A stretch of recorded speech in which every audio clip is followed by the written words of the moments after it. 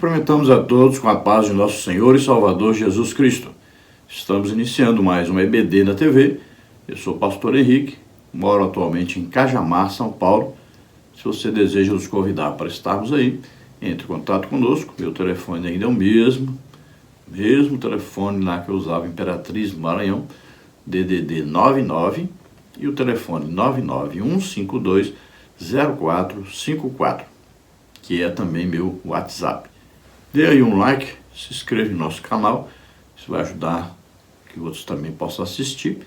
Se você deseja receber os slides que nós usamos aqui e mais estudos escritos a respeito da lição, então entre em contato conosco por esse número aí, pelo WhatsApp, e eu envio para você gratuitamente o material da Escola Bíblica Dominical.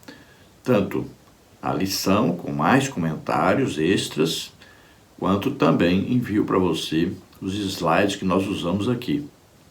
Tudo isso então em Word, PowerPoint, também em PDF. Também vamos incluir você em um grupo. Não é grupo de bate-papo, não vai encher seu celular. Não é grupo aberto para as pessoas colocarem música, vídeos, não. É um grupo fechado, só eu coloco lá o material da Escola Bíblica Dominical uma vez por semana. Então você recebe automaticamente toda semana esse material.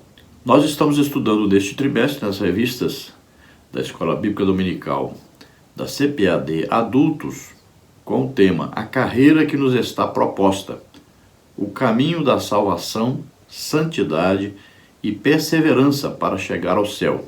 Temos como comentarista da CPAD deste trimestre o pastor Osiel Gomes, que é pastor presidente ali no Tiriricau, São Luís do Maranhão. Já estudamos na lição 1 o início da caminhada, na lição 2 a escolha entre a porta estreita e a porta larga, na lição 3 o céu, o destino do cristão, na lição 4 como se conduzir na caminhada, e hoje vamos estudar a lição número 5, os inimigos do cristão. Então vamos estudar aí sobre o diabo, a carne e o mundo. E chegaremos à triste conclusão, de que cada um de nós, o maior inimigo nosso, quem é? Eu sou o maior inimigo meu.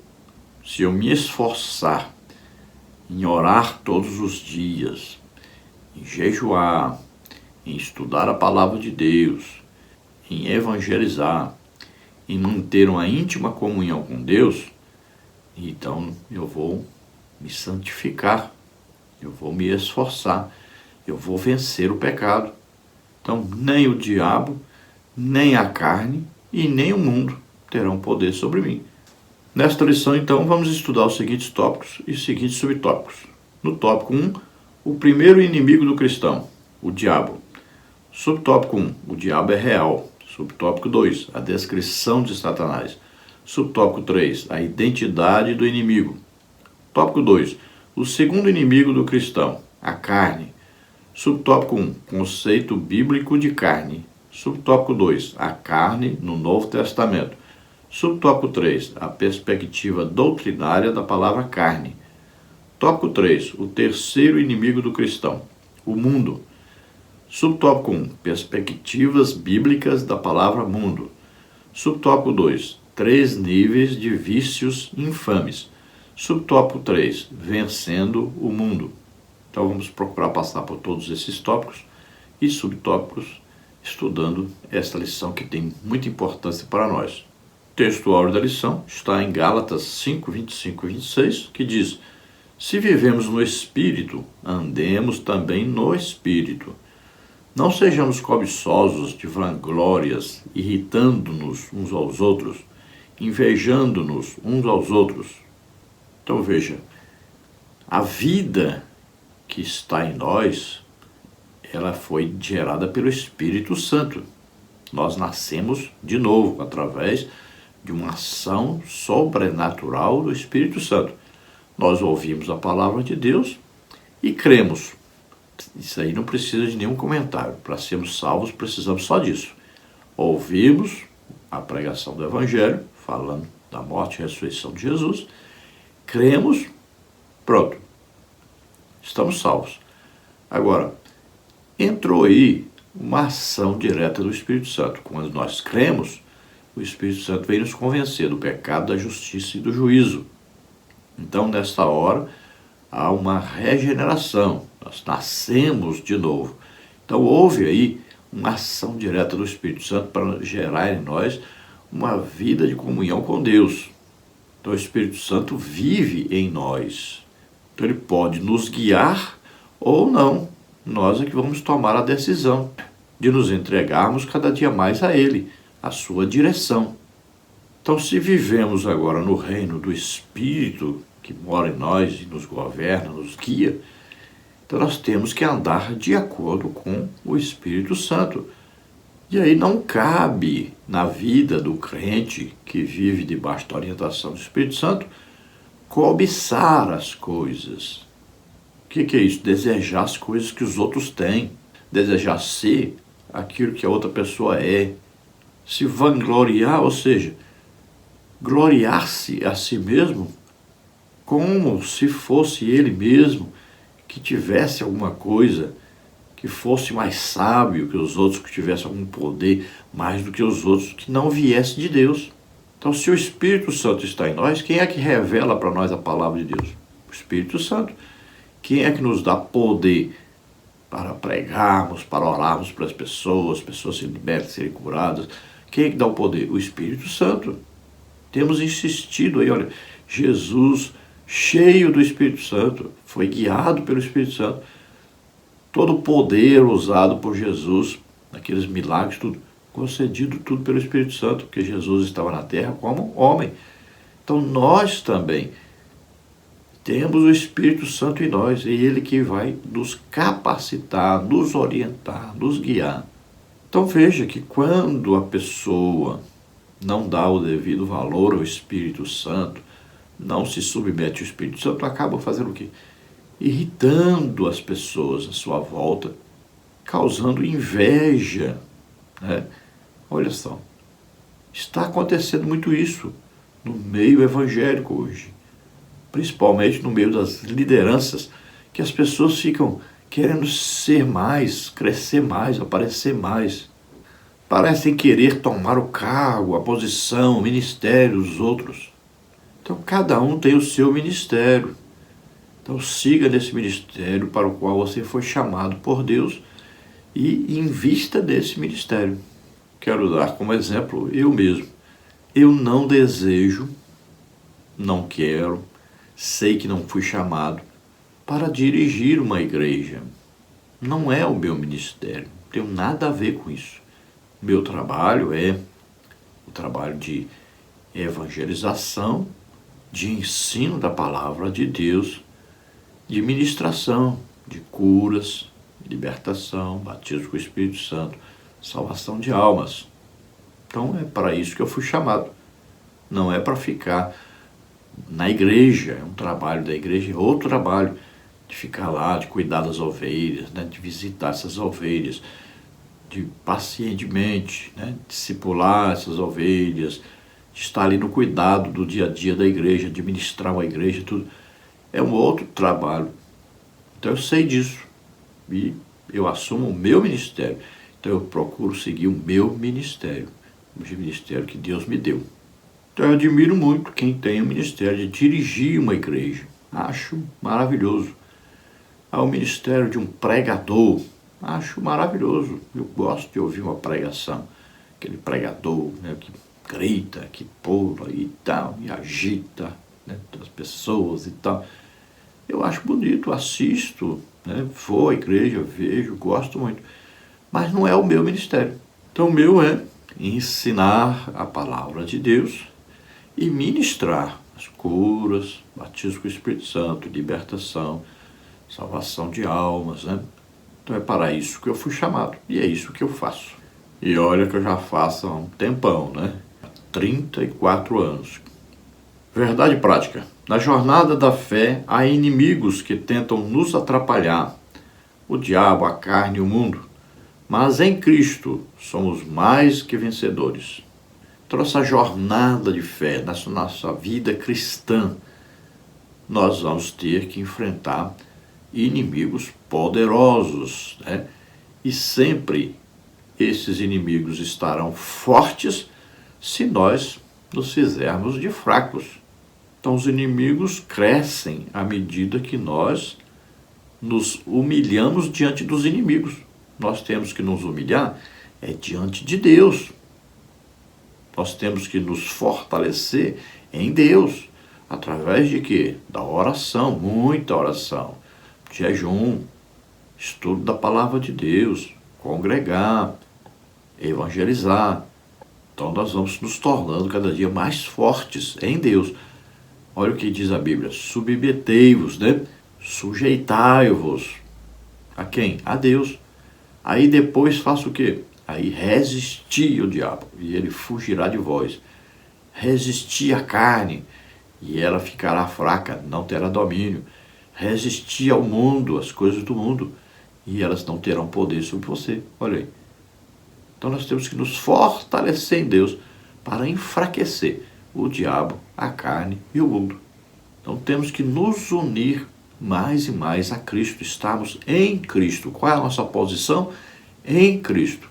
Aí venceremos tudo isso, porque Jesus disse: no mundo tereis aflições, mas não se preocupem, porque eu venci o mundo. Então, se nós estamos em Cristo, nós somos mais do que vencedores.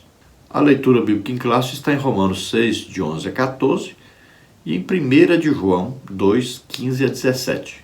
Vamos ler. Romanos 6, de 11 em diante. Assim também vós, considerai-vos como mortos para o pecado, mas vivos para Deus, em Cristo Jesus, nosso Senhor. Não reine, portanto, o pecado em vosso corpo mortal, para lhe obedecerdes em suas concupiscências. Nem tampouco apresenteis os vossos membros ao pecado por instrumentos de iniquidade, mas apresentai-vos a Deus como vivos dentre os mortos, e os vossos membros a Deus como instrumentos de justiça. Porque o pecado não terá domínio sobre vós, pois não estáis debaixo da lei, mas debaixo da graça. 1 de João 2,15 em diante. Não ameis o mundo, nem o que no mundo há. Se alguém ama o mundo, o amor do Pai não está nele. Porque tudo o que há no mundo, a concupiscência da carne, a concupiscência dos olhos e a soberba da vida, não é do Pai, mas do mundo. E o mundo passa e a sua concupiscência, mas aquele que faz a vontade de Deus permanece para sempre. Então veja, eu tenho que tomar decisão. Eu vou estar vivo para o quê? E vou estar morto para o quê? Então veja bem, eu tenho que estar morto para o pecado, para as coisas ruins. Morto para o diabo, morto para a carne, morto para o mundo. Agora sempre vivo para Deus. Então eu tenho que tomar essa decisão. E quem toma essa decisão sou eu. Eu vou decidir a quem eu vou servir. Se a pessoa não se torna escravo de Jesus, de Deus, ele está se tornando automaticamente escravo de Satanás, da carne ou do mundo. Não tem jeito de ficar sem dono. Tem que tomar uma decisão. Que lado do muro você está? Se estiver em cima do muro, está com Satanás. Então, para estar com Deus, tem que estar do lado de Deus. Então, quem é que reina sobre nós? Não pode ser o pecado, não pode ser Satanás, não pode ser a carne, não pode ser o mundo. Quem reina sobre nós é Deus. Jesus é o nosso rei, é o rei dos reis. E esta palavra é concupiscência. Eu creio que 99% dos crentes falam esta palavra erroneamente. Não é concupiscência, é concupiscência, que significa o quê? Desejos pecaminosos, desejos egoístas. Tem um desejo pelo que é proibido, né? É luxúria. No original, pepsínia, a transliteração é epitúmia, né? Bem diferente da tradução, mas no original mesmo é pepsínia.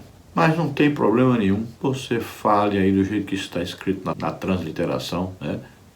Epitúmia, e pronto, não tem problema nenhum. Então nós vamos nos apresentar para o pecado como mortos.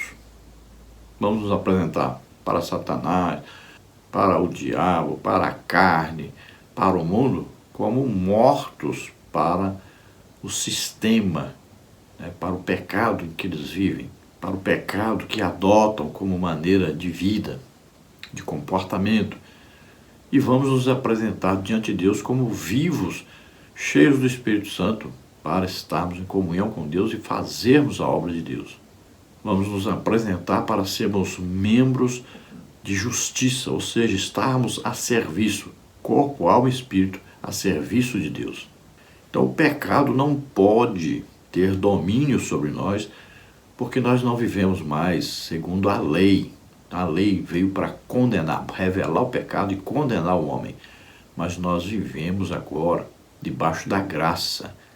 Então Jesus Cristo levou sobre eles nossos pecados, doenças, enfermidades, maldições, tudo que nos era contrário, tudo que a lei nos condenou a sermos, Jesus levou sobre ele. Então nós temos que viver em novidade de vida. Estamos sempre em Cristo. Não podemos amar o mundo, nem o que no mundo há. Não podemos viver no mesmo sistema do mundo. Não devemos ter as mesmas paixões, né? Veja aí, as pessoas são apaixonadas por futebol, por novelas, né? Por fofocas, por atores, atrizes, né? Filmes e tudo, jogos. Então, o crente não pode ter essas paixões. Como é que pode um crente deixar de dormir à noite para ficar assistindo uma corrida? Como é que pode um crente não ter tempo para orar?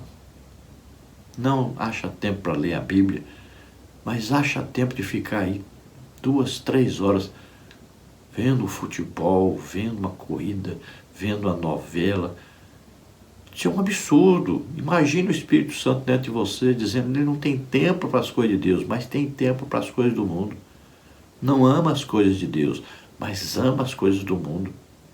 Então não se esqueça, a palavra é concupiscência. Aí tem a concupiscência da carne, concupiscência dos olhos e tem a soberba da vida. O diabo, ele só tenta as pessoas nessas 3 áreas. Então ele atinge as pessoas nessas 3 áreas. Sempre vai ser assim. Quando Jesus foi tentado no deserto, olha lá, nessas 3 áreas. Transforma as pedras em pães e come. Olha aí, está tentando atingir uma área da carne, a glutonaria. O primeiro Adão pecou por causa de comida. O segundo Adão está mostrando que ele não peca por causa de comida, ele não é glutão, ele vai jejuar 40 dias. Então veja, ele está tentando fazer com que o corpo seja mais forte que o espírito. Então, concupiscência dos olhos, né? Olha, falou para Jesus, olha aí os reinos do mundo, desejar, né? Riqueza. Então, o olhar é muito perigoso. O crente tem que tomar cuidado com o olho, né? Não parar o olhar nas coisas do pecado. Então, a pessoa olhar para outra pessoa e desejar, Jesus diz, só desejar no coração com a intenção de fazer o pecado, já é pecado. Então, a pessoa às vezes está vivendo em adultério. Diz que está com Deus, mas está adulterando, está olhando e desejando sexualmente outra pessoa, até dentro da igreja, nas novelas, nos filmes. Olha só, então está adulterando, é um pecado. Temos que tomar cuidado com os olhos. Soberba da vida, olha, tudo isso te darei, se você me adorar. Olha, pula de cima aí, e os anjos vão te segurar, todo mundo vai ficar, Veja, desejo de grandeza, isso é soberba da vida. Então essas 3 coisas que Satanás usa para tentar todos nós. Temos que tomar cuidado nessas 3 áreas aí. Então a concupiscência aí da carne, concupiscência dos olhos, soberba da vida. Então essas coisas não vêm de Deus. Vêm de Satanás, vêm do mundo, vêm da carne. Não podemos nos sujeitar a isso. O mundo passa, sua concupiscência, ou seja, sua ambição, seu desejo carnal, vai acabar um dia. Agora, aquele que faz a vontade de Deus permanece para sempre. Vamos então aos comentários. A introdução diz: na jornada da vida cristã, nos deparamos com perigos que ameaçam a trajetória do nosso caminho para o céu. Nela encontraremos três inimigos que buscam nos atrapalhar: o diabo, a carne e o mundo. O diabo e o mundo estão do lado externo de nossa trajetória. A carne, porém, está do lado de dentro. É a nossa natureza pecaminosa. Por isso, nesta lição, estudaremos esses três inimigos da jornada da vida cristã. Então, esses são os principais inimigos do crente, né? Que são aí, então, o diabo, a carne e o mundo. O diabo e o mundo são externos, estão do lado de fora, né? São reconhecíveis. Nós olhamos e reconhecemos, nós vemos a ação de Satanás, nós vemos o jeito de se comportar do mundo, como é que é o sistema do mundo. Agora, a carne é dentro, então são os nossos próprios desejos, né? E esses desejos, essas ambições, vieram conosco. Nós aceitamos a Jesus, nascemos de novo, temos o Espírito Santo morando em nós. Mas acontece que estas coisas estão guardadas em nosso interior. Por quê? Nós não morremos. O corpo está vivo, né? Olha aí. Espiritualmente aconteceu a morte e agora uma ressurreição para uma nova vida. Mas o corpo continua vivo. Se ele tivesse morrido, aí sim, nós poderíamos começar uma vida totalmente nova, porque aqueles desejos, aquelas ambições, aquela coisa, tinha morrido. Mas não, estão guardadas, sufocadas, presas. Mas acontece que elas vêm tentando nos fazer voltar a elas. A pessoa fumava, parou de fumar porque se converteu. Mas o cigarro pode começar a chamar o crente. Ei, só uma tragadinha, bora. Fica aí no meio do pessoal que está fumando, vai sentindo aquele cheirinho. Então, vai ser atraído, né? Porque o pecado o quê? É uma atração. E a pessoa cede ou não.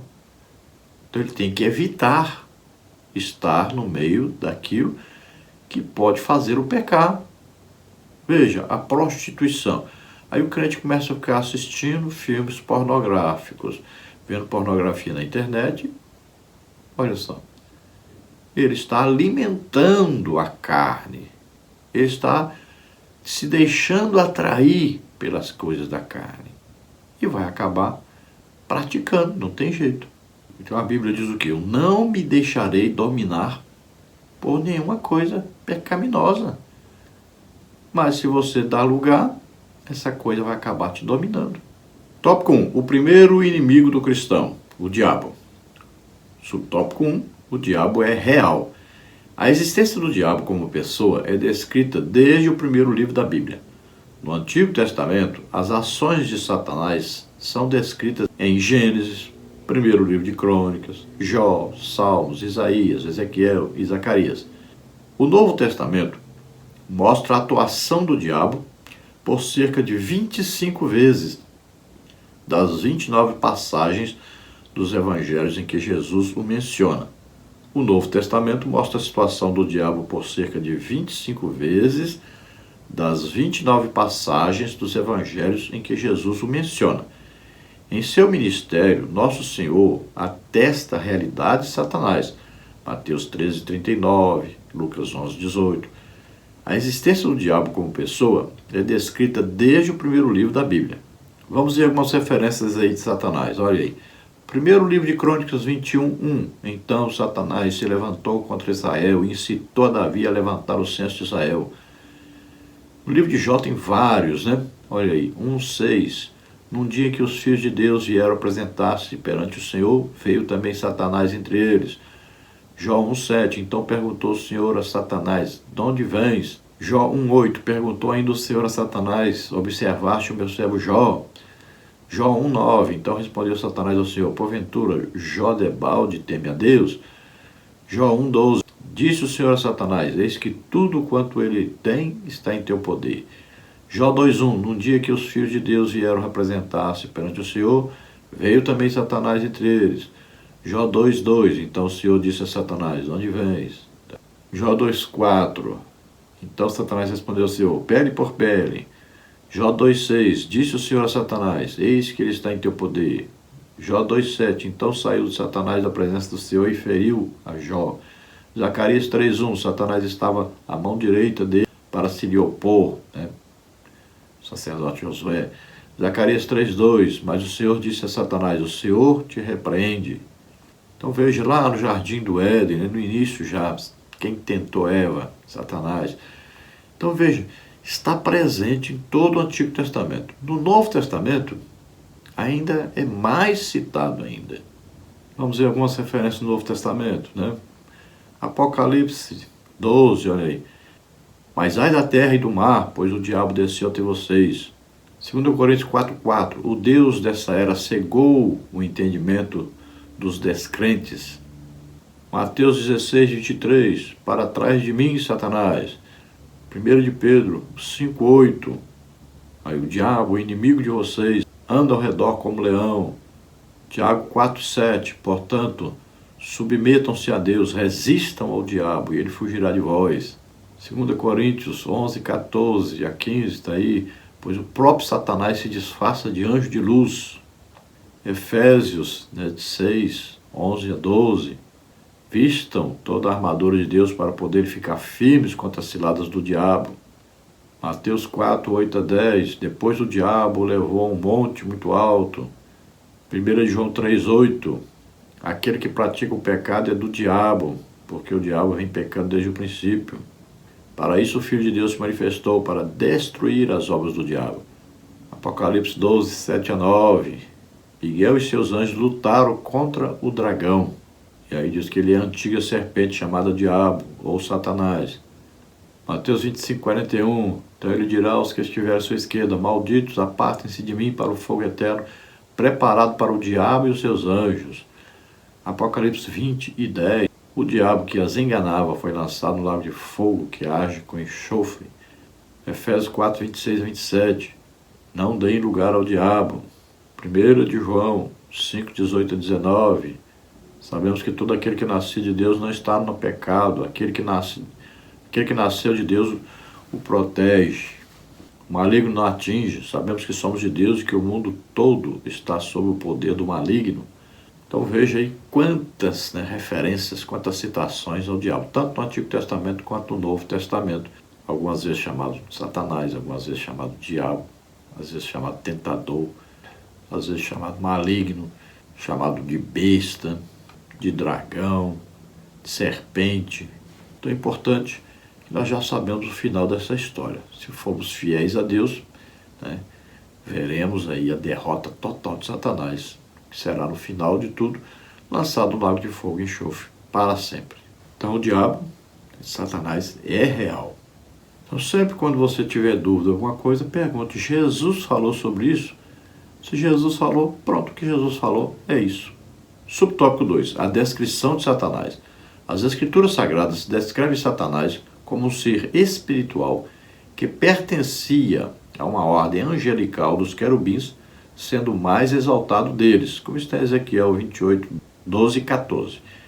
Em Judas 9, por ele pertencer a uma ordem elevada, está registrado que o arcanjo Miguel contendeu com Satanás a respeito do corpo de Moisés, mas não ousou pronunciar juízo de maldição contra ele. De fato, Satanás é o chefe dos anjos caídos. Ele possui poder, porém suas ações estão limitadas, mas é visto como o Deus deste século, o príncipe da potestade do ar, como está em 2 Coríntios 4:4, Efésios 2:2. Também podemos afirmar que Satanás é um ser que possui personalidade, ou seja, ele tem inteligência, 2 Coríntios 11:3, raiva, Apocalipse 12:17, desejos, Lucas 22:31, e vontade própria, Isaías 14:13 e 14, 2 Timóteo 2:26. Nosso Senhor considerava Satanás como uma pessoa e por isso usou pronomes pessoais para se referir a ele, como está em Mateus 4, de 1 a 12, Confere com Jó 1, 6 a 12, 2, 1 a 4. Veja que Deus criou um querubim ungido para a guarda de Deus, que andava entre as pedras afogueadas. É uma descrição de um querubim muito bonito e líder sobre todos os outros. Então veja só, é muito importante entender isso. Deus não criou Satanás, Deus não criou o diabo. Deus criou Lúcifer, um anjo de luz, e criou todos os anjos. Não existe anjinho, anjão. Todos foram criados ao mesmo tempo. Então todos têm a mesma idade. Agora existe hierarquia. Foi dado então poder, foi dado autoridade. Agora também foi dado uma única vez o livre-arbítrio. Foi dada a eles a oportunidade, querem servir a quem? Então, o querubim ungido para a guarda de Deus se revoltou contra Deus. Ele queria subir acima do trono de Deus. Veja aí a soberba, né? Atingiu o coração desse querubim. E ele então se revoltou contra Deus e foi expulso do céu. E junto com ele a terça parte dos anjos. Olha só, que corrupção terrível. A terça parte dos anjos, tudo criado por Deus, se rebelaram também e acompanharam agora Satanás, o diabo, não é mais Lúcifer. Então foi uma rebelião única, não existe mais possibilidade, porque como eles são seres espirituais, eles não possuem a capacidade e nem a permissão para que se arrependam e voltem a pecar e se arrependam de novo. A decisão que eles tomam é eterna, não tem como mudar. Tomou a decisão, acabou. Porque são seres espirituais, não são seres humanos. O ser humano, ele peca, ele se arrepende, pede perdão, é perdoado. Se ele pecar de novo, ele pede perdão, se arrepende, é perdoado. 500 mil vezes acontece, ele é perdoado. Enquanto ele estiver vivo, ele é perdoado. Morreu, acabou. Agora, os anjos, aí entra toda aquela hierarquia que tem lá, né? Então, dentro do, vamos falar assim, os anjos todos, então tem os anjos, tem querubim, tem serafim, tem arcanjo, né? Então, existe toda uma organização. E a maior patente que tem é exatamente a patente que Satanás pertence, que foi ungido como querubim e andava entre as pedras afogueadas, pertinho ali do trono de Deus. A ponto de o próprio Miguel, que é um príncipe, né, responsável pela nação de Israel, não ousar ter autoridade sobre ele, porque não tem. Então existe uma hierarquia. Jesus o chamou de príncipe deste mundo. Ele é chamado como Deus deste século. Letra minúscula, evidente. Príncipe da potestade do ar. Então ele tem personalidade, inteligência, poder de tomar decisões. Ele tem a sua vontade própria. E nós vamos ver que quando Jesus se refere a ele, se refere como se fosse uma pessoa, né? Um ser. E veja que durante a grande tribulação, ele vai até fazer descer fogo do céu para enganar as pessoas, enganar as nações. Subtópico 3, a identidade do inimigo. Podemos conhecer o inimigo por meio dos nomes que a Bíblia usa para descrevê-lo. Serpente, refere-se à sua sagacidade e astúcia, como está em Gênesis 3, 1, Apocalipse 12, 9.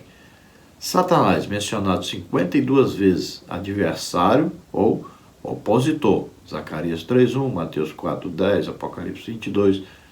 Diabo, aparece 35 vezes, acusador, Mateus 4, 1, Efésios 4, 27. Maligno, revela o seu caráter, 1 de João 5, 18, 19. Dragão vermelho, revela sua ferocidade, Apocalipse 12, 3, 7, 9 e 10. Tentador, ação tentadora no campo da mentira e da imoralidade, Atos 5, 3, 1 Coríntios 7, 5. Enganador, Apocalipse 12, 9, 20, 2 e 3. Beuzebu, chefe dos demônios, Lucas 11, 15. Belial, pessoa má sem valor, Juízes 19, 22. 1 de Samuel 30, 22. 2 Coríntios 6, 15. Esses nomes revelam a natureza cruel, perversa e destruidora do nosso inimigo. Lembrando que Jesus o chama de ladrão, salteador, e diz até para que ele veio, né? Matar, roubar e destruir. Então o diabo é um caluniador, é um falso, é um acusador, chamado como Satanás, o quê? Um adversário, chamado de Belzebu, chamado Belial, maligno. Sabemos que o seu destino final, lago de fogo e enxofre. Nós temos aí no nosso material escrito, que eu envio para você em Word e também em PDF, muito material, né? Muita coisa, bem detalhado sobre Satanás e toda a sua história. Que está escrito, por exemplo, sobre ele lá no dicionário Wycliffe. Então, tem muita coisa ali. E aí eu coloco tudo disponível para você estudar mais detalhadamente lá. Então veja que nós fizemos aí um quadro para você, onde tem o nome que Satanás é chamado e o que significa, que aí fica melhor para você apresentar um resumo para os alunos. Então veja que nós colocamos aí para você uma tabela para você passar para os seus alunos, que é mais rápido, mais fácil. A identidade do inimigo, esses nomes revelam a natureza cruel, perversa e destruidora do nosso inimigo. Serpente, sagacidade e astúcia. Gênesis 3:1, Apocalipse 12:9. Satanás, 52 vezes, adversário ou opositor. Zacarias 3:1, Mateus 4:10, Apocalipse 22. Diabo, 35 vezes, acusador. Mateus 4:1, Efésios 4:27. Maligno, revela o seu caráter. 1 João 5:18-19. Dragão vermelho, revela a sua ferocidade. Apocalipse 12:3, 7, 9, 10. Tentador, ação tentadora no campo da mentira e da imoralidade, Atos 5:3, 1 Coríntios 7:5. Enganador, Apocalipse 12:9, 22:3. Belzebu, chefe dos demônios, Lucas 11:15. Belial, pessoa má, sem valor, Juízes 19:22. 1 Samuel 30:22, 2 Coríntios 6:15. Tópico 2. O segundo inimigo do cristão, a carne. Subtópico 1. Conceito bíblico de carne. Há 4 definições para a palavra carne na Bíblia. Primeiro, o tecido muscular do corpo humano e dos animais, Gênesis 2:21. Segundo, o corpo humano inteiro, Êxodo 4:7. E em terceiro, o ser humano segundo a sua fragilidade e mortalidade, Salmos 78:39. Em quarto lugar, a natureza humana pecaminosa, Gálatas 5:19, 6:8. Dentre muitas perspectivas da palavra carne na Bíblia, a expressão concupiscência da carne tem grande relevância, 1 João 2,16. Quando o apóstolo João usa esse termo, ele se refere à satisfação carnal em todas as suas dimensões, glutonarias, sensualidade, bebedeira, relações sexuais ilícitas. A expressão revela que não há critério ou norma moral num contexto em que a busca pelo prazer individual dita a tendência, é o egoísmo em grau elevado. Então, para nós aí, né, vamos aproveitar esse quarto tipo aí da palavra carne. O que significa então? Porque os outros, né, já conhecemos e não estamos estudando nessa lição. Então, para nós, mais importante estudarmos aí carne como a ação da alma, né? Não mais uma coisa apenas exterior, material, não. Mas a alma tomando conta, sendo superior, comandando, dando ordens, dirigindo, então instigando o corpo ao pecado. Aí vem glutonaria, né? Comer excessivamente. E dentro da glutonaria, que é o controle, então, da alimentação, aí vem, por exemplo, bebidas alcoólicas, refrigerantes, né, entorpecentes, tudo isso é um domínio do corpo. Aí vem dentro da área sexual, né, prostituição, vem o prazer por ver outras pessoas nuas, né, por ver outras pessoas praticando ato sexual, tudo isso está dentro disso aí. Aí vem homossexualismo, sexo anal aí, né? Lesbianismo, tudo isso está dentro. Aí as bebedeiras, as orgias, né? todos os vícios, todas as relações sexuais ilícitas, tudo está dentro dessa concupiscência da carne. E em Gálatas 5, né, nós temos aí uma lista bem extensa das obras da carne. Aí, ó, adultério, fornicação, impureza, lascívia, idolatria, feitiçaria, inimizades, porfias, emulações, iras, pelejas, dissensões, heresias, invejas, homicídios, bebedices, glutonarias e coisas semelhantes. Subtópico 2, a carne no Novo Testamento. Na perspectiva do Novo Testamento, o termo grego sarx, isto é, carne, é uma referência direta à totalidade da natureza humana pecaminosa, à parte de Deus, degradada, sem a presença do Espírito Santo. Em suas cartas, o apóstolo Paulo evidencia o que uma natureza dominada pela carne pode produzir. Gálatas 5, 19 a 21, Colossenses 3, 5 e 9. A carne opõe-se a Deus e aos seus propósitos, pois ela tenciona caminhar de modo independente do Altíssimo. Seu desejo e vontade estão fora dos planos divinos. Ela faz com que o ser humano age como se fosse o próprio Deus. Então você viu aí as obras da carne, né? Nós lemos aí, tem aí um quadro para você usar também.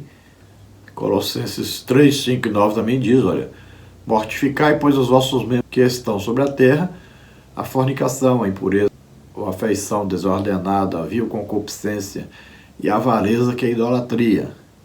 No versículo 8 fala da ira, da cólera, da malícia, da maledicência, palavras torpes da vossa boca, da mentira, no versículo 9, aí, não mintais uns aos outros, pois que já vos despistes do velho homem. Então veja bem que isso aí faz parte da natureza decaída do homem, faz parte do homem pecador. Não deveria estar presente na vida do crente. Então o crente tem que viver de tal maneira que essas coisas deixem de existir na sua vida, deixem de ter poder sobre a sua vida, deixem de influenciar sobre a sua vida. Então toda essa concupiscência aí da carne é contrária à natureza de Deus, é contrária ao Espírito Santo, é contrária a uma vida cristã. Subtópico 3, a perspectiva doutrinária da palavra carne. Doutrinariamente, a carne é a natureza humana depois da queda de Adão. Como vimos, a expressão carne pode ser usada para se referir ao corpo humano, 1 Coríntios 15, 39, mas também à natureza pecaminosa, Romanos 8, 6. Nesse sentido, embora uma mesma palavra possa trazer sentidos diferentes, não há razão de confundir-se entre carne como corpo e carne como natureza pecaminosa, pois o que é produzido pela natureza pecaminosa logo é reconhecido como, por exemplo, a idolatria é uma obra da carne, ou seja, da natureza humana pecaminosa, Gálatas 5:20. Então não podemos dizer assim, essa palavra aí, carne, concupiscência da carne, significa o corpo. Não podemos dizer isso, porque estaríamos relacionando apenas àquilo que o corpo deseja, o corpo quer, o corpo acostumou-se a viver, né? Então não é só isso. Porque, por exemplo, a idolatria, né? Olha aí, é uma adoração a um falso Deus. E tem nada a ver com o corpo, né? Então tem que tomar cuidado, porque às vezes a gente coloca aí só o corpo e esquece que essa palavra aí, concupiscência, né, são os desejos pecaminosos. Agora, a maioria deles agrada ao corpo. Então a parte sexual, né? Aí vem prostituição, adultério, tudo isso agrada o corpo, agrada. Bebedice agrada o corpo, agrada. Glutonaria agrada o corpo, agrada. Mas não é só isso. Porque, ó, ira tem nada a ver com agradar o corpo. Cólera, inimizade, porfia, olha, não tem nada a ver com agradar o corpo. Tópico 3, o terceiro inimigo do cristão, o mundo. Subtópico 1, perspectivas bíblicas da palavra mundo. Há 5 conotações bíblicas para a palavra mundo. Uma, a terra, Salmos 24, 1. 2, o conjunto das nações conhecidas, 1 de Reis 10, 23. 3, a raça humana, Salmos 9, 8, João 3, 16. 4, o universo, Romanos 1, 20. 5, os que se opõem a Deus, Esses têm o diabo como chefe e vivem na impiedade. João 12, 31, 15, 18. De modo geral, a Bíblia usa a palavra mundo para descrever duas grandes realidades. Letra A, planeta Terra em que habitamos. Salmos 19, 4. Letra B, as pessoas que vivem de maneira independentes de Deus. A passagem de 1 de João 2,15, quando diz para não amarmos o mundo, a ideia é a de uma sociedade separada de Cristo e que se manifesta contrariamente a Deus, pois está dominada pelos vícios mais infames e cujas ações não condizem com a vontade de Deus. Na epístola, esses vícios são classificados em 3 níveis: concupiscência da carne, concupiscência dos olhos e a soberba da vida. 1 de João 2,16. Veja que essa palavra cosmos, todas elas têm essa mesma palavra, mas têm 5 significados diferentes. Mas é a mesma palavra no original. Olha aí, pode significar uma organização ou constituição apta e harmoniosa, uma ordem, um governo, ornamento, decoração, adorno, o arranjo das estrelas, as hostes celestiais, como ornamento dos céus, como está em 1 de Pedro 3,3. Mundo, universo, círculo da terra, a terra, os habitantes da terra, homens, a família humana, a multidão incrédula, a massa inteira de homens alienados de Deus e por isso hostil à causa de Cristo, afazeres mundanos, conjunto das coisas terrenas, totalidade dos bens terrestres, dotes, riquezas, vantagens, prazeres, etc., que apesar de vazios, frágeis e passageiros, provocam desejos, desencaminham de Deus e são obstáculos para a causa de Cristo. Qualquer conjunto ou coleção geral de particulares de qualquer tipo, os gentios em contraste com os judeus, Romanos 11, 12, dos crentes unicamente, João 1, 29, 3, 16, 3, 17, 6, 33, 12, 47, 1 Coríntios 4, 9, 2 Coríntios 5, 19. Então veja aí quantos significados tem essa palavra aí, né? Mundo, na Bíblia. Então para nós aqui na nossa lição, estamos falando do mundo aí como um sistema, com as suas regras, suas normas, né? Seus desejos, suas ambições, tudo isso aí instigado, direcionado, né, por Satanás. Tudo tem aí a ação maligna por detrás. Então é um sistema pecaminoso. Então nós vamos ver aí as grandes organizações mundiais, quais são os seus planos, quais as normas, o que está na agenda dessas grandes organizações. Você vai ver que sempre são coisas malignas, pecaminosas. Tem ali, tem coisa boa, mas tem essas coisas ruins no meio. Então os verdadeiros objetivos, né, são escusos, são objetivos malignos, mas sempre colocam alguma coisa boa no meio para fazer um pacote para enganar as pessoas. Então nós temos que comparar isso com a Bíblia. Tudo que é contrário à Bíblia, então não vem de Deus, não é para nós adotarmos como sistema de vida nosso. Subtópico 2. 3 níveis de vícios infames. As concupiscências da carne, dos olhos e a soberba da vida são níveis de vícios infames que todo cristão encontrará diante de sua jornada. Letra A concupiscência da carne. A concupiscência da carne tem a ver com a natureza humana completamente dominada pelo pecado, corrompida, decaída, todo ato do corpo para fins maléficos e imorais. Letra B, a concupiscência dos olhos. A concupiscência dos olhos tem a ver com tudo que envolve a mente e a imaginação. Ela cria o desejo pelas coisas pecaminosas oferecidas pela mídia, música, filmes, literatura, a arte para ceder aos desejos carnais. Letra C, a soberba da vida. Esse nível de vício expressa a autoglorificação do homem no pecado, denotando seu egoísmo, vanglória e ateísmo. É o homem da atualidade desprezando o Criador em oposição deliberada. Então, como dissemos, olha, Satanás sempre vai usar essas 3 maneiras aí para instigar o homem ao pecado. Então, sempre tem aí a concupiscência da carne, concupiscência dos olhos, soberba da vida. Essas 3 coisas. Foi assim que ele tentou Jesus lá no deserto. E Jesus venceu por quê? Primeiro, Jesus estava cheio do Espírito Santo. Foi guiado pelo Espírito Santo ao deserto. Veja bem, primeira coisa, muito importante você compreender isso. Primeira coisa, ele estava cheio do Espírito Santo. Segunda coisa, Jesus estava num período longo de jejum. Olha aí, o jejum enfraquece o corpo, né? Automaticamente os desejos do corpo. Em terceiro lugar, Jesus conhecia profundamente a palavra de Deus. Veja só. E é muito importante isso para vencer as lutas contra o pecado. Conhecer a palavra de Deus. Conhecer o que é certo revela o pecado, né? Outra coisa muito importante. Jesus estava em oração. Muita oração. Passava o dia todo orando. Então, muito fortalecido. Então, você quer vencer todas essas concupiscências, vencer tudo isso, a soberba da vida, tudo? Fácil, né? Olha aí. Siga o exemplo de Jesus, que é a concupiscência. Tem um forte desejo ao pecado. Por exemplo, os egípcios tinham um forte desejo de alcançar os hebreus e matá-los, e os que restassem seriam levados de volta para o Egito como escravos. Tem um forte desejo. Um negociante tem um forte desejo ao lucro. Aí a paixão, né? O namorado está apaixonado pela namorada, olha aí.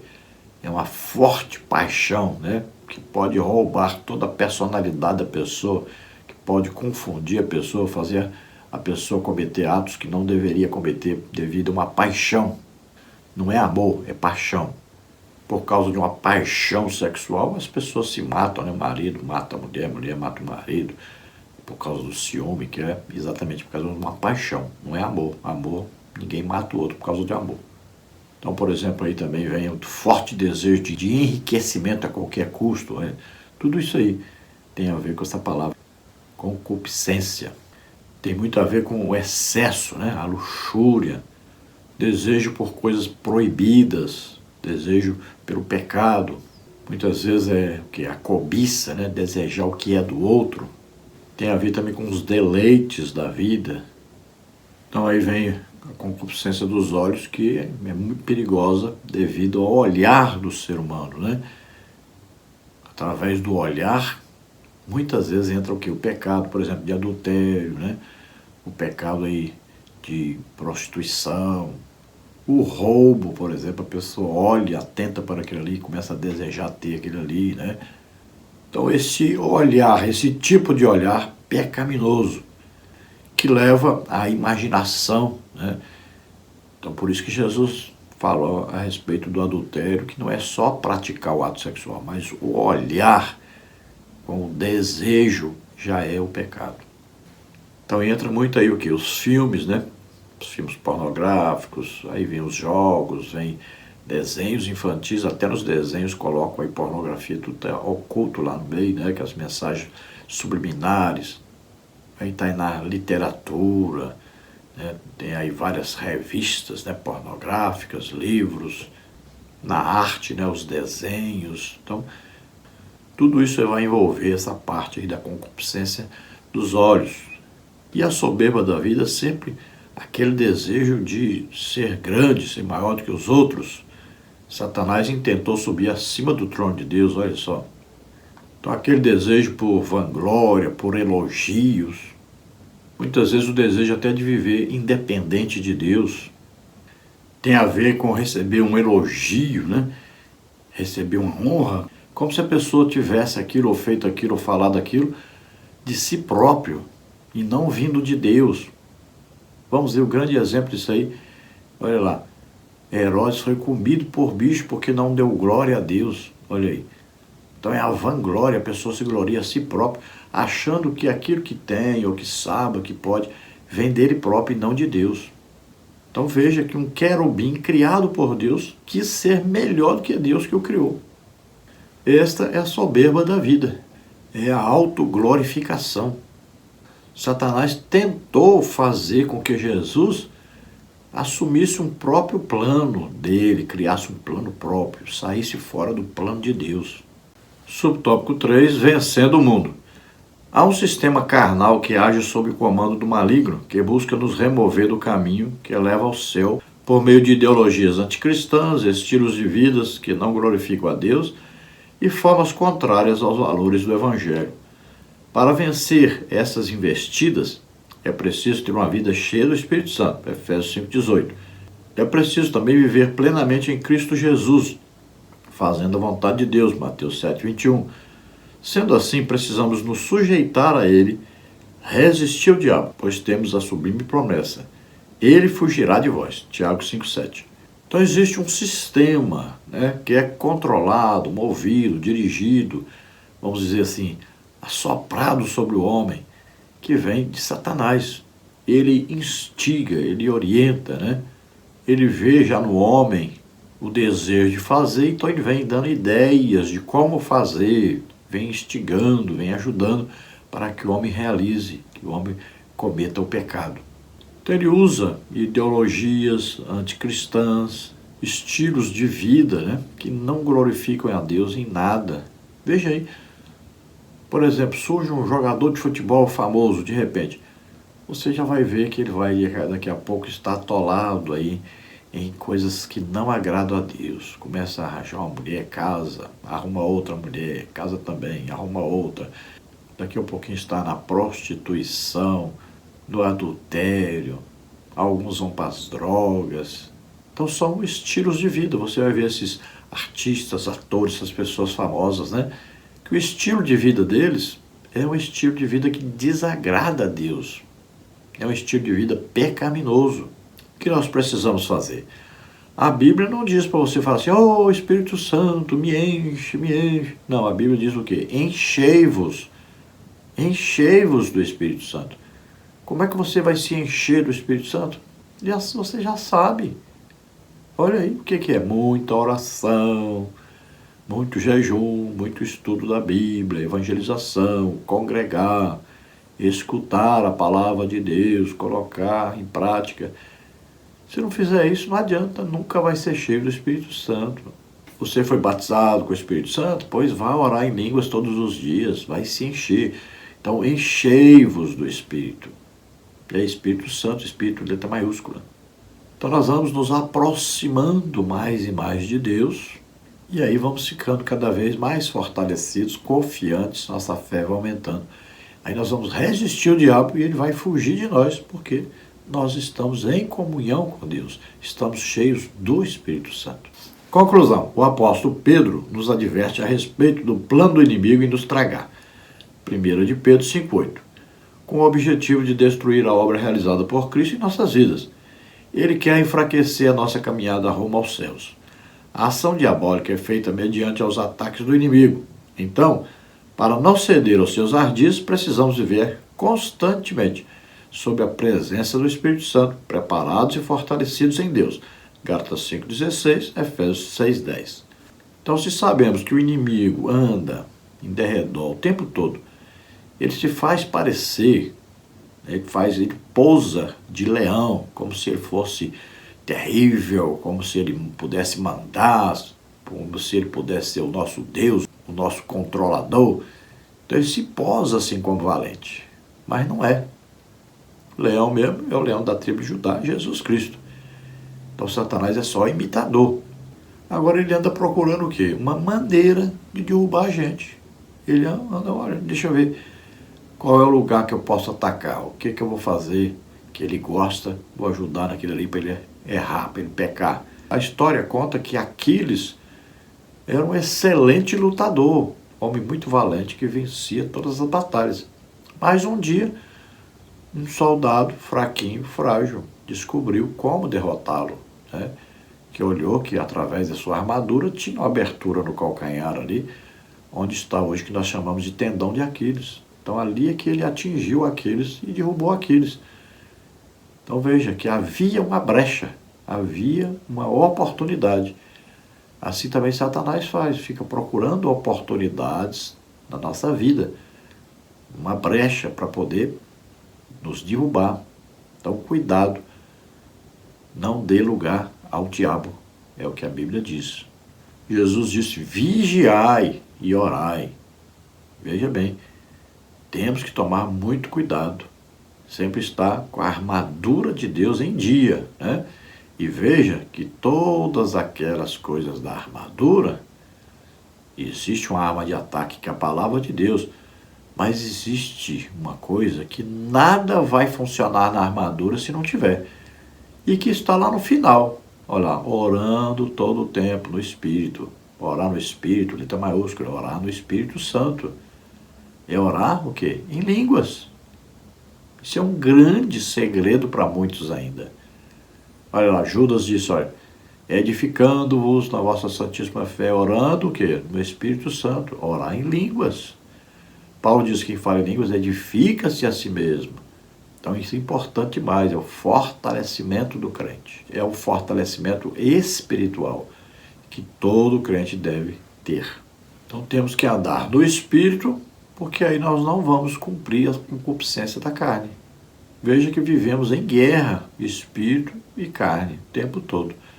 Então, Espírito Santo, que está unido ao nosso espírito, nos chamando para Deus, nos guiando sempre para as coisas de Deus. Mas existe, por outro lado, a carne, esses desejos, ambições para o pecado, sempre querendo nos conduzir para o pecado. E veja só, aí entra o corpo no meio dessa briga, porque o corpo não quer ir para o céu. Ele não foi feito do pó do céu, foi feito do pó da terra. Ele quer viver onde? Na terra. E o espírito foi feito de alguma coisa da terra? Não. Veio do céu, então ele quer ir para o céu. Então tem a briga aí. Agora, se você não estiver lendo a Bíblia, orando, congregando, jejuando, não estiver se aproximando de Deus, aí a sua alma está fraca, acaba concordando com o corpo e acaba entrando no pecado, se distanciando de Deus, perdendo a salvação. Então, fortifique-se em Deus. Ame as coisas que são de cima e não as que são de baixo. Vamos orar agora. Se você, ouvindo esta palavra, você crê que Jesus Cristo, o Filho de Deus, veio ao mundo, nasceu como homem, viveu aqui como homem, levou sobre ele os nossos pecados, doenças, enfermidades, maldições, tudo que nos era contrário, levou sobre ele o nosso juízo que estava previsto para nós. Jesus levou sobre ele, morreu em nosso lugar naquela cruz e ressuscitou, venceu a morte, venceu o inferno, foi justificado em espírito, está à direita do Pai intercedendo por nós. Você crê nisso? Você é salvo agora, você recebe o Espírito Santo agora. Então creia. E agora o Espírito Santo vai entrar em operação, convencendo você do pecado, da justiça e do juízo. Então você vai sentir a necessidade de pedir perdão a Deus. Pois agora se arrependa dos seus pecados, peça perdão. Você recebe agora salvação. Você nasce de novo agora, recebe o Espírito Santo que vai morar com você agora, a partir de hoje, te ajudando nessa luta, nessa batalha diária, que é a vida cristã. Vamos orar. Se você está doente ou está enfermo, vamos orar e você será curado agora em nome de Jesus. Oremos. Pai, em nome de Jesus, te apresentamos essas vidas agora, Senhor, todos esses que se chegam a Ti e que agora estão se arrependendo, pedindo perdão pelos seus pecados. Oh, Senhor, recebe a todos eles por filhos, perdoa todos os seus pecados. Graças a cruz se vê remenesta. Oh, graça maravilhosa realizada por Jesus na cruz. Creia e receba agora, receba perdão, receba misericórdia, receba o amor de Deus, receba o Espírito Santo agora, em nome de Jesus. Todos aqueles que estão doentes, estão enfermos agora, em nome de Jesus, receba a sua cura agora, receba o seu milagre, em nome de Jesus. Sai deles, em nome de Jesus. Todo mal, sai, em nome de Jesus. Toca, Senhor. Dengue, saia dessas vidas, saia do nosso país, em nome de Jesus. Chikungunya, saia, em nome de Jesus.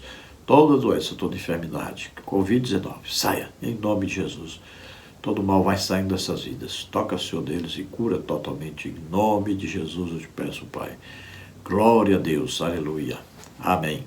Lembre-se aí, se você deseja receber os slides que nós usamos aqui e mais estudos escritos a respeito da lição, nós temos muito material aí. Então entre em contato conosco por esse telefone, que é meu WhatsApp, 99991520454. Eu envio para você gratuitamente, não precisa pagar nada. Não se esqueça de dar um like, se inscrever em nosso canal, passar o link desse vídeo para outras pessoas também aprender juntamente conosco. Se você deseja nos ajudar, eu não sou pastor de igreja, também não sou aposentado e nem tenho emprego secular. Então eu vivo com as ajudas dos irmãos. Então envie qualquer quantia, R$5, R$10, qualquer quantia, envie numa dessas contas que estão aí. Aí está da Caixa Econômica, tem aí do Bradesco e tem Banco Brasil. Banco Brasil é o nome da minha esposa, é a Edna Maria Cruz Silva, está aí o Pix. O meu Pix você vê aí, 331-957-816-20, que é meu CPF. Nome, Luiz Henrique de Almeida Silva. Então você passou lá o Pix, apareceu esse nome, está tudo certinho. Envie qualquer quantia, nos ajude. Deus abençoe você, sua família. Esperamos ter ajudado os irmãos. A paz do Senhor.